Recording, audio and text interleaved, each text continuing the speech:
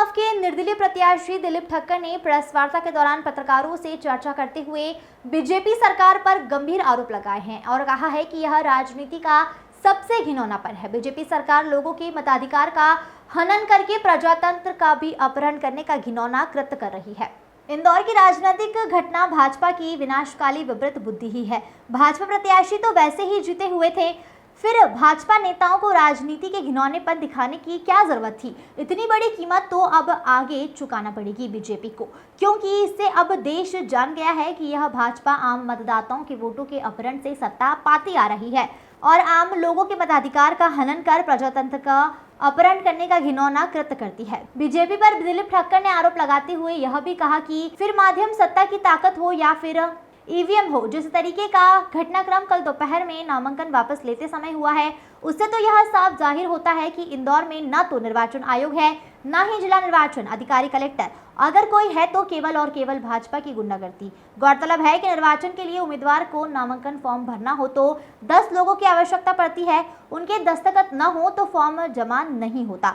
यह कौन सा नया नियम आ गया कि प्रत्याशी के बगैर ही फर्जी दस्तावेज से केवल एक प्रस्तावक को लाकर गुंडागर्दी और जबरदस्ती डरा धमका कर उस प्रस्तावक को झूठी कहानी गढ़कर हस्ताक्षर करवाए गए और लोकतंत्र की हत्या करने के लिए मेरे द्वारा भरा गया निर्दलीय प्रत्याशी का नामांकन वापस ले लिया गया।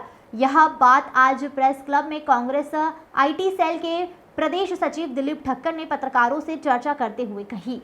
उन्होंने कहा कि भाजपा के कुछ नेताओं ने मेरे प्रस्तावक को जबरदस्ती झूठ के माया जाल में फंसाकर हस्ताक्षर करवाकर मेरा नामांकन वापस करा दिया। यह केवल मेरे साथ ही नहीं बल्कि मेरे अलावा एक और निर्दलीय प्रत्याशी धर्मेंद्र सिंह ज्वाला के साथ भी यही किया गया है। प्रत्याशी के बगैर मौजूदगी में भी नामांकन फॉर्म वापस उठा लिया जाता है। न उससे ओरिजिनल दस्तावेज मांगे जाते हैं, न ही उसे पूछा जाता है कि आपका प्रत्याशी कहाँ है, क्या हो गया है। आज लगता है कि मोदी है तो मुमकिन है भ्रष्टाचार, गुंडागर्दी, हत्या, सब कुछ। यह राजनीति का सबसे घिनौनापन है। जनता इन्हें इनका आगे के चरणों में मुंह तोड़ जवाब देगी और आम जनता को आने वाले सभी चरणों में दलगत राजनीति से ऊपर उठकर बहिष्कार के जरिए जवाब हर हाल में पूरे देश में देना ही चाहिए, क्योंकि यह तो आम मतदाताओं को अपने मताधिकार से वंचित कर सत्ता हथियाने का नंगापन है। मैंने तो कुछ भी नहीं खोकर भी बहुत कुछ पा लिया है। इंदौर से आशीष तिवारी की रिपोर्ट। किस प्रकार का घटना आपके साथ?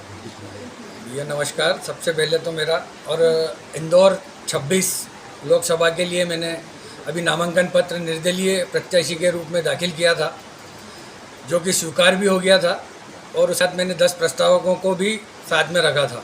प्रस्तावकों के साथ में होने के बाद जब फॉर्म मेरा पास हुआ था, उसके बाद से मेरे को लगातार कुछ लोगों के फ़ोन आ रहे थे कि आप अपना नामांकन वापस ले लें। मेरे द्वारा नामांकन नहीं लिया गया और मैं मेरे प्रस्तावकों के साथ इंदौर से 100 किलोमीटर दूर था।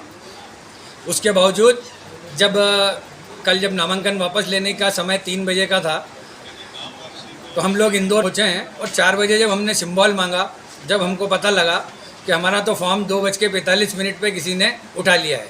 उसका नाम हमको पता करने के लिए और उस व्यक्ति की जानकारी हमको लेने के लिए हमको काफ़ी मशक्क़त करना पड़ी।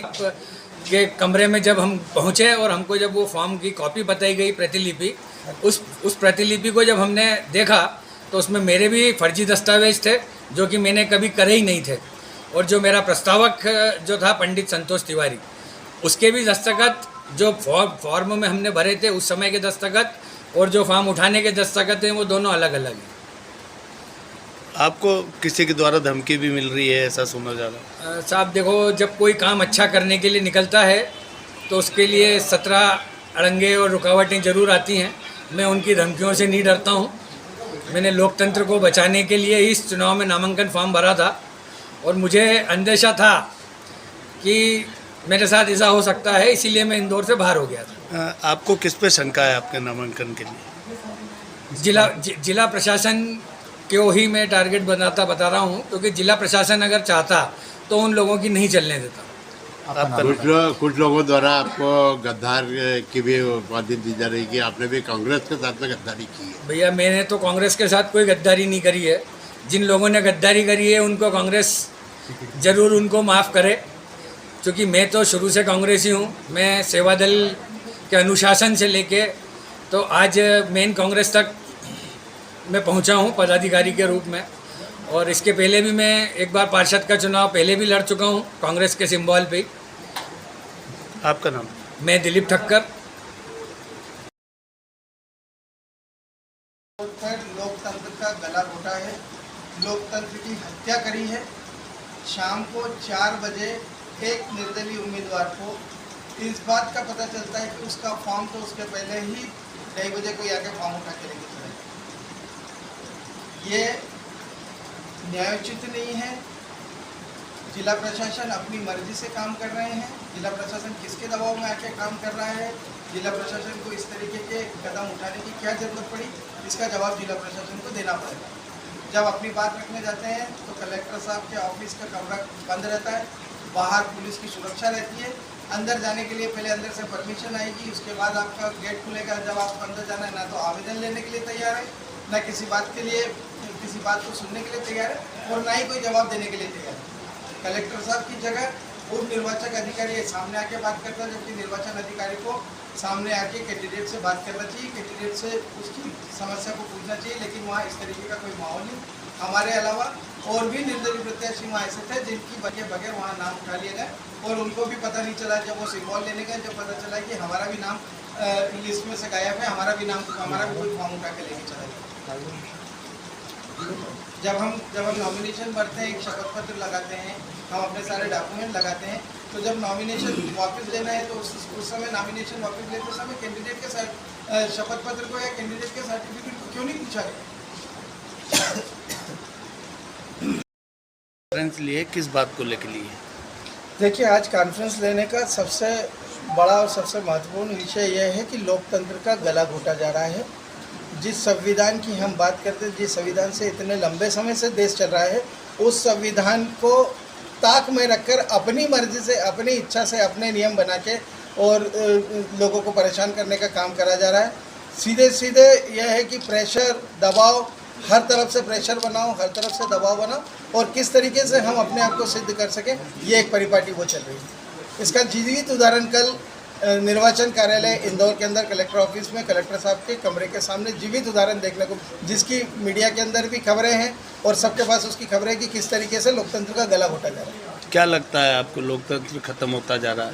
लोकतंत्र पूरी तरीके से खत्म होता जा रहा है। आने वाले समय में लोकतंत्र कहीं बचेगा नहीं। मेरे को इस समय में बहुत चर्चित चित्र याद आता है, आप सब लोगों के जहन में भी वो चित्र होगा कि भारत माता की एक तस्वीर आप लोगों ने भी देखी होगी कि हाथ में झंडा है और हाथ के अंदर उसके बेड़ियाँ पड़ी हुई है, उसको हथकड़ियों में जकड़ा हुआ है।